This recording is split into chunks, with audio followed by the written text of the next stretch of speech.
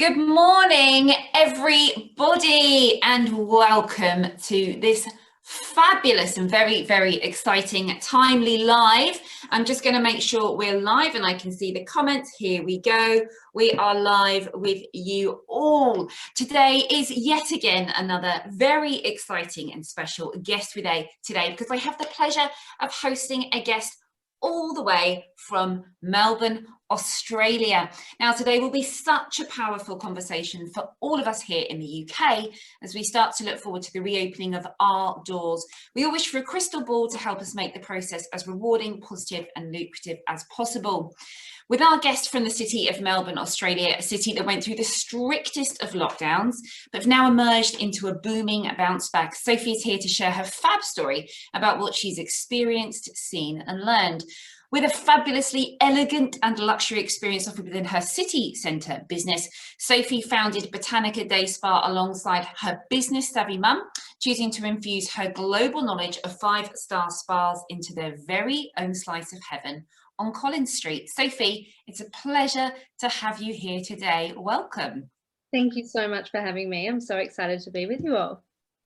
Very, very excited to have you here. And of course, the fact that, you guys have gone through the journey, you've gone through and come out the other side just gives us here in the UK so much insight into what we can potentially see into the future for our businesses. And of course, all being well, we will be opening in sort of around 6 weeks. And, we want to make sure we can do it in the most prepared fashion to make sure we do it in the best possible way. But of course, it's so hard to know what to expect. So we really appreciate your time coming and sharing with us today to tell us what the journeys look like for you. So to start off with, Sofie, for the benefit of all of our lovely audience, tell us a little bit about your business and how it looks at the moment, the size and what you do and what you specialise in. Yes, so we are a wellness spa and clinic in Collins Street in Melbourne, and we're very much a boutique spa. So we focus on, we originally started doing a lot of spa-based treatments. So it was massage, facials, your maintenance services. But as time has gone on and the industry has changed quite a lot, that's when the transition of sort of merging it between a wellness spa and a clinic. So we extended our clinical-based offerings. But we are, like I said, a boutique spa. So we have 5 treatment rooms, and yeah, it's pretty busy at the moment. So it's looking promising. But look, we do have a small team at the moment. Unfortunately, we did have to say goodbye to a few during COVID, which was challenging. But we've got a really strong team now, and we're looking to expand. So it's just looking really promising at the moment. So it's good. Awesome. So how many people have you got working for you at the moment? So we've got 4. 4. Yes. Awesome. Yeah. And are they all, are they clinical therapists, or are they more like a beauty therapist, massage, holistic? What sort of blend do you have there? Yeah, so I like to focus on sort of finding all-rounders, just because it's really helpful when you're just not sure what sort of business is going to come through the door. When someone's an all-rounder, it just keeps it really easy. You can say yes to everything that comes on. Yeah, so and I think as well from a therapist point of view, because I've been a therapist for over 10 years, it's really nice to be an all-rounder. Personally, that's just my opinion, that I love to be able to mix up my day and do different treatments, and I know that the team love to do that as well, not just focusing on the one treatment all the time. So yeah, it's nice to have that variety. And you've really infused your spa with with your global experiences, and if you worked all around the world in beauty and treatments? Yeah, I've been lucky enough to actually live in the UK for a few years. So I decided to go over there after I received a scholarship to travel to London, Paris and Dubai, and visited some incredible spas. And look, I have had the opportunity as well to travel, personal travel, and I always try and make an effort to go to spas, salons, clinics and have treatments. I think it's just fantastic research, just to see new initiatives and new ideas that you can bring forward over here. I mean, I feel like sometimes Australia's a little behind with treatments. Europe's very on trend. So it's nice to be able to be exposed to those types of treatments and see how we can incorporate those into our business. Yeah, absolutely. I couldn't agree more. I also enjoy going to spas all around the world, but it gives you so many ideas and so many infusions, and it served as such a an inspiration when I had my spa. So I totally see where you're coming from.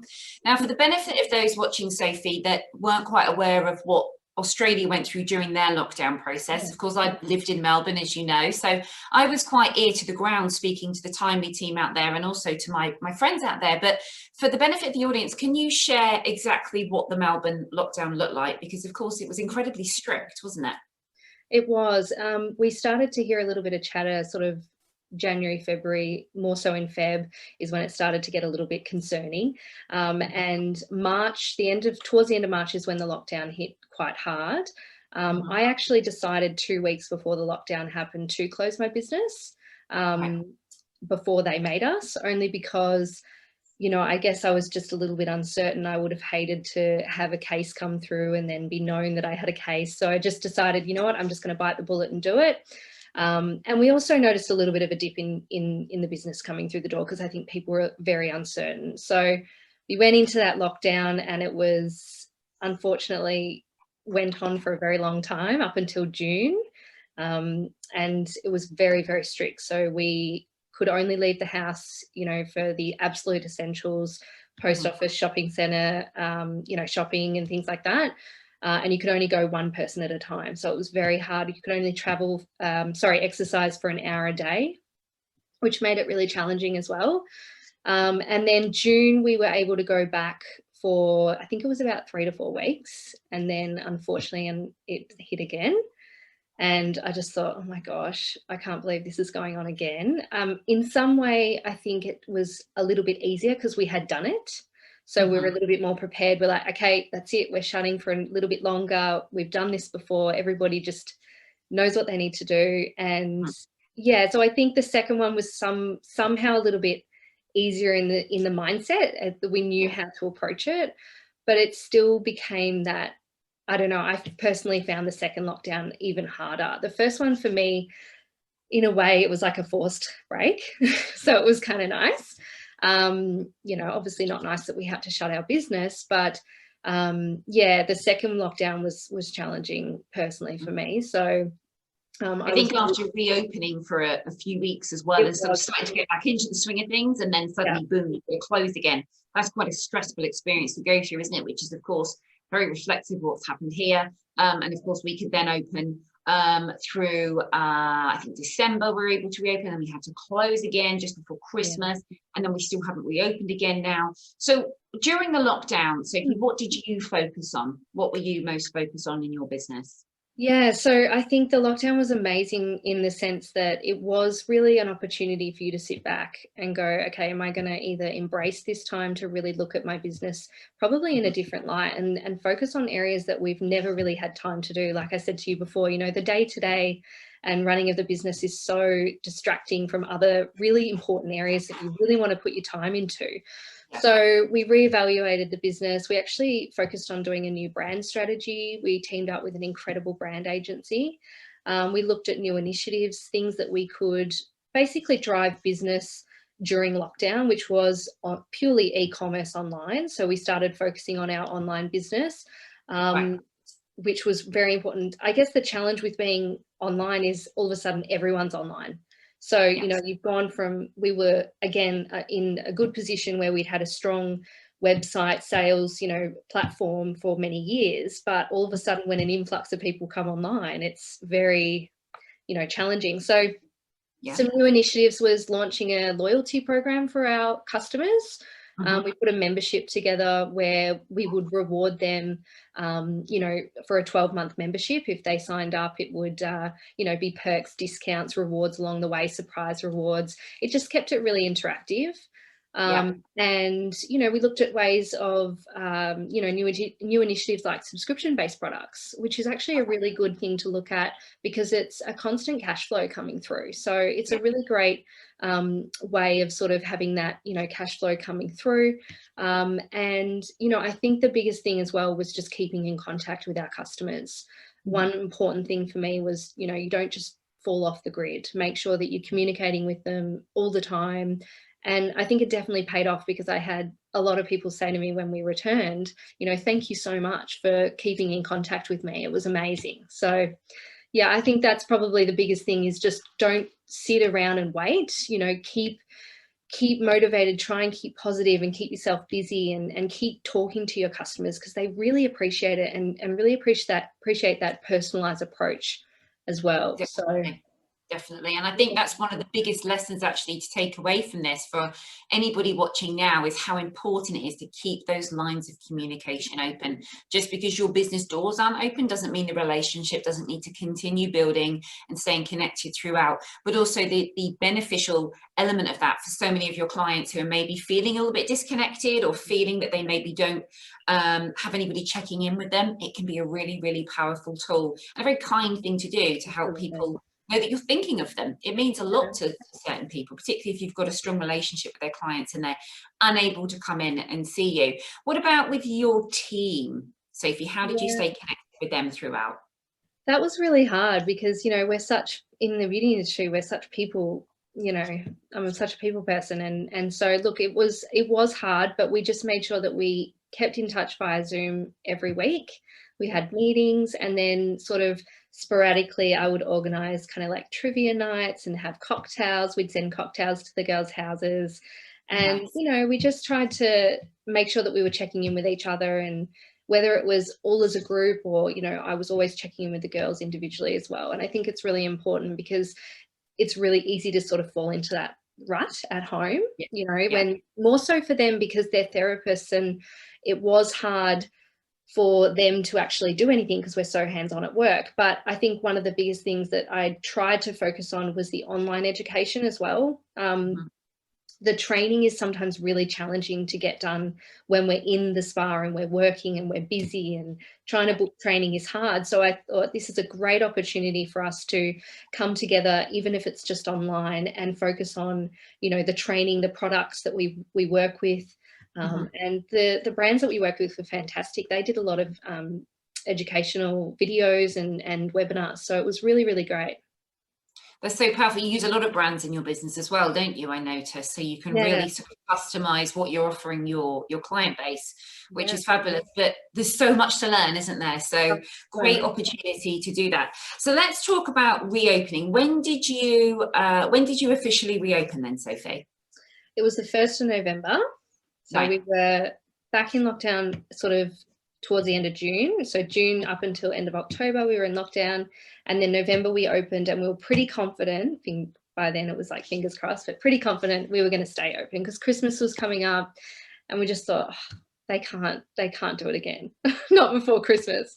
So it was November, which is when we reopened. So. And how has the landscape of your business looked since you reopened?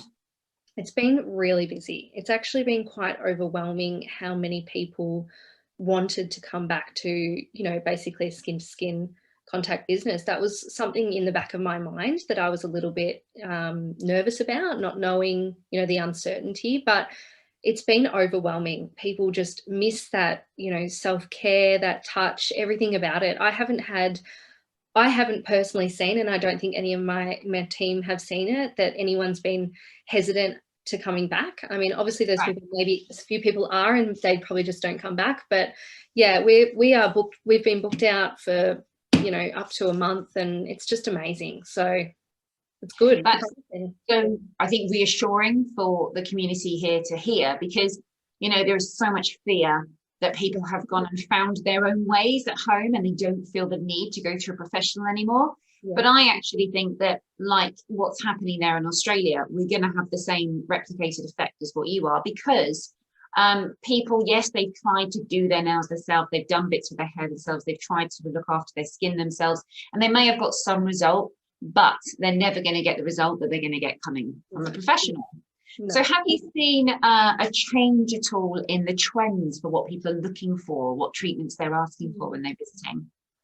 I've definitely seen an increase in skin-based treatments, just because, I don't know, it's your face and people are so conscious about it. And I think, you know, there was a lot of, when you undergo a lot of stress and you're in and out of that heating, cooling, we all know that the skin can do wonders for that. So the skin-based treatments and the maintenance treatments, but even in saying that, honestly, I've also seen with the massage, you know, people just want to come in, they need that relaxation. They've been so stressed. So it's actually been a really nice mix. But I think the biggest thing that I've noticed with COVID in general is that it's really taught a lot of people that self-care is very, very important. You know, that home care, but also coming in and looking after yourself. So I think more people are starting to realize that it's not just, you know, oh, I'm going to go treat myself. You know, it should be a part of my health and my well-being. I go into the gym, I go to exercise, or I go for a walk. I need to go and have my skin treatment or whatever. So it's been quite promising. I've been really happy to see people taking more care, you know. So Amazing. Mm. But yeah, it's so powerful to see. With regards to the other incentives initiatives you set up during lockdown, i.e. your subscription systems, your memberships, how are they looking like now? Are you still working hard on that element of your business now you're reopen?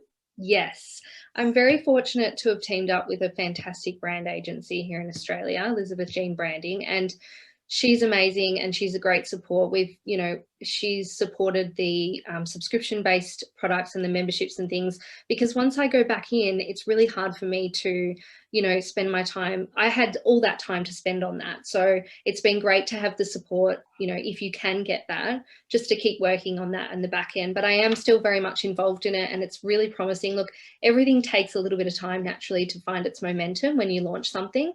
But it's been, you know, it is being fantastic to see the response in, especially the more so the subscription-based products. You know, basically it's skincare to your door. You don't have to do anything. So, you know, and comprised by skin experts. So the concept worked really well. That's amazing. And were you selling that to people that had already been a client, already been into your spa? Yeah, basically, brilliant. New client, obviously trying to hit new clients, but also to our database. We saw a lot of people from our client base take up the subscription. But again, they're still coming in. So basically part of the subscription is you also get a 12-month membership. So I guess the purpose of it is not only do you just get your products delivered to your door, you can actually come in and have treatments and get your discount on treatments and additional products throughout the whole 12 months of the subscription.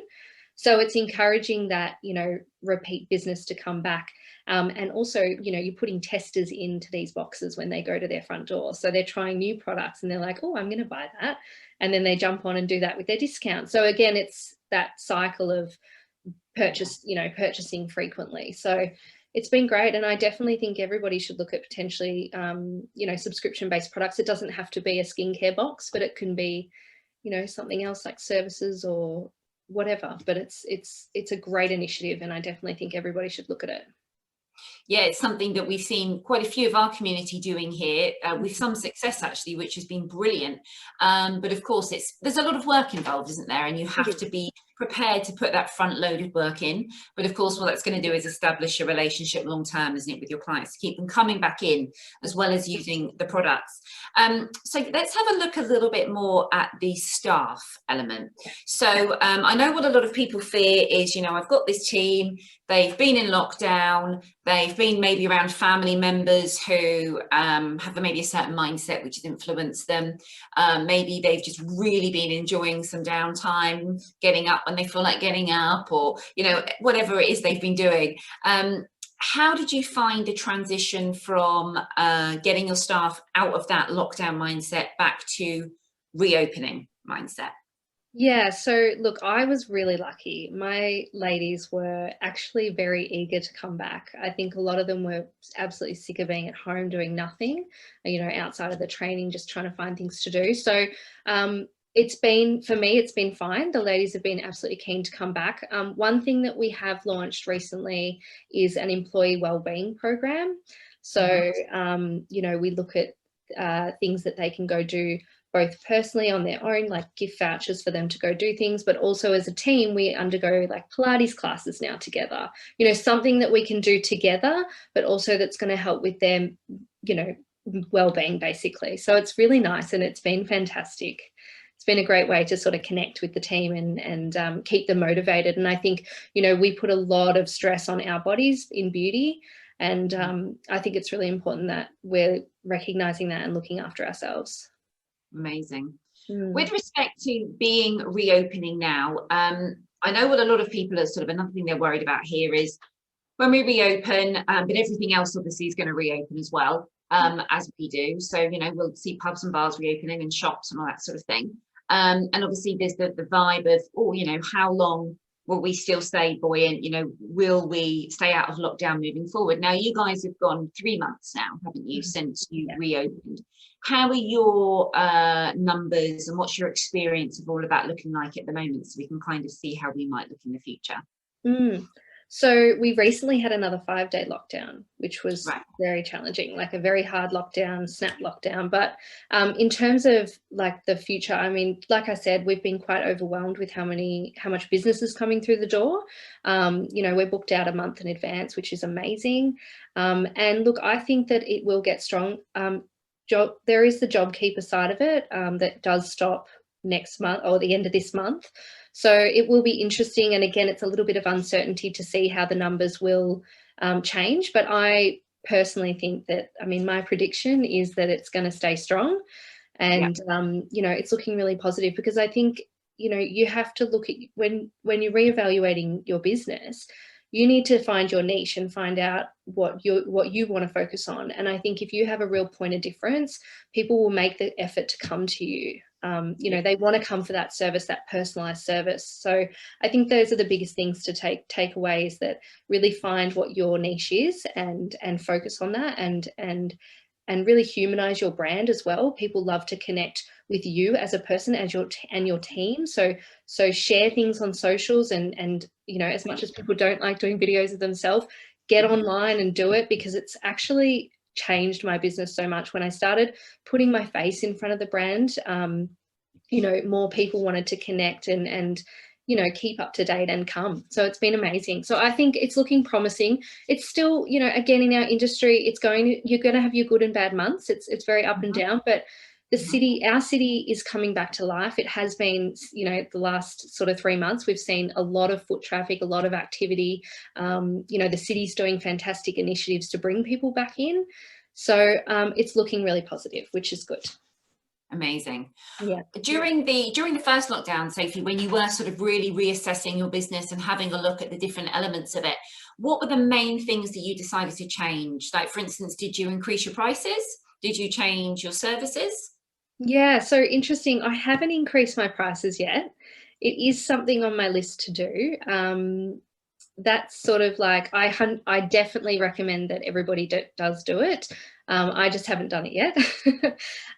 But again, like I said, we were sort of already in that transition of reevaluating the direction of the business when we underwent the brand strategy. So we were looking at expanding our clinical-based services. That's something that we wanted to do anyway. So we've been able to introduce some new technologies into the business, and some new services, more so maintenance services, because again, we're trying to look at services that are going to bring people back through the door.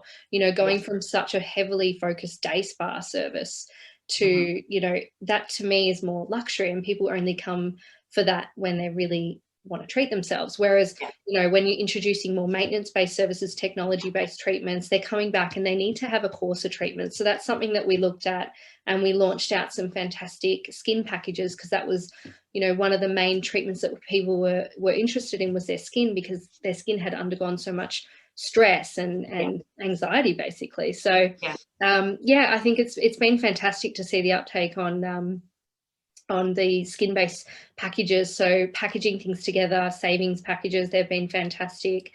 For us, it's really, you know, one of the biggest things in our business model is we don't discount. It's just something we've never done. So we always try to value add. So we always give something, you know, something away for free, or, you know, additional treatment time. It's just, yeah, what we like to do, and people love it. So absolutely. And I can't believe really how in alignment you are with the sort of things that I did in my business when I had Sophie, and particularly when you talk about putting a face behind the brand. And I think, again, a massive something for people to carry away from this live this morning. It has such a profound impact, and this is something that actually I've been posting all about this week, just reminding people to, if you're not communicating with your clients during lockdown, start re-communicating with them again, start opening those lines of communication, because this is your opportunity to reinsert yourself into their world. And I picked up this statistic, or created this statistic recently, which is if your client comes and visits you for 1 hour per month, they're only spending 0.0013% of their entire time with you physically. You've got to impact so much within that time, but also build the relationship beyond that time as well. And it's what you do outside of that 60 minutes that's really going to build a long-term relationship with your clients and keep them coming back again and back again and back again. And that comes through our emails, our phone calls, our social media, what we put up, how we share about our teams and our communities, and what we're saying. It's the message that we're putting out that has that deep impact. What is the one big piece of advice that you would give to everybody in the UK right now? Okay, I could give lots, but I think just try and stay positive and use this time to really focus on your business and try and not let, because, you know I had good and bad days when the first lockdown started. You know, you think you want to give up and it's all over, but you know, it's not, and it is going to be amazing on the other end. I know it's really hard to see that right now, but just try and stay calm, focus on your health and well-being, and yeah, it'll be fine, you know. Like, yeah, I think you guys are going to follow what we do, and I think you'll be quite overwhelmed with how much business will be coming through the door when you reopen. It'll be fantastic. I really hope that anybody who's watching this really carries away what you're saying, because it's so true. And of course, we're all sat within this fear of, we just don't know what's going to happen. So having that sort of future pacing of what you're going through the other end, 3 months down the line, how things are looking for you, is just fabulous. So Sofie, what's next on the agenda for you? What are you working on now? Oh, well, I guess this year, you know, it is still a little bit of a road to recovery. So we're just trying to navigate through the rest of the year. But I don't know, I've got a few things that I can't really say much of, but a few things in the pipeline. But yeah, look, focusing on the initiatives that we launched, you know, they still need a lot of time and energy. So we just keep doing that, and maybe looking at running a few little events. I think it's really nice to get people back in and, you know, interacting with each other, showcasing some new products and services that we have in the pipeline. So yeah, there's a few little things, but I'm excited. I'm very excited for what the future holds, and for Botanica as well. Excellent. Well, if I ever make it to Melbourne, hopefully when we're allowed to fly into Australia again next year and I come to visit, then I will pop in and have something off your delicious sounding menu, because there's some absolutely wonderful sounding treatments there. Sofie, it's been an absolute pleasure to have you here today. Really enjoyed and appreciate you sharing your experience. I know for anybody watching, I'm going to push this video out to my whole community as well, because I think it's just so powerful to see how you're recovering. And that's the really big word here, isn't it? You're recovering, you're booming, you're doing well. The business has come out the other side of what's been a difficult time for everybody, and it's all looking very positive and rosy for you. So so I think that's very exciting for everybody here in the UK. So I hope everybody walks away holding on to a big lump of hope for the future, because it's all looking good. So it's been wonderful having you here, Sofie. Thank you so much. Everybody, I will be back again next Tuesday with another Timely Live with another fabulous guest. And again, massive thank you. Have a wonderful Tuesday, everybody. Thank you to everybody who joined us, and I look forward to seeing you all again next week. Bye, everyone.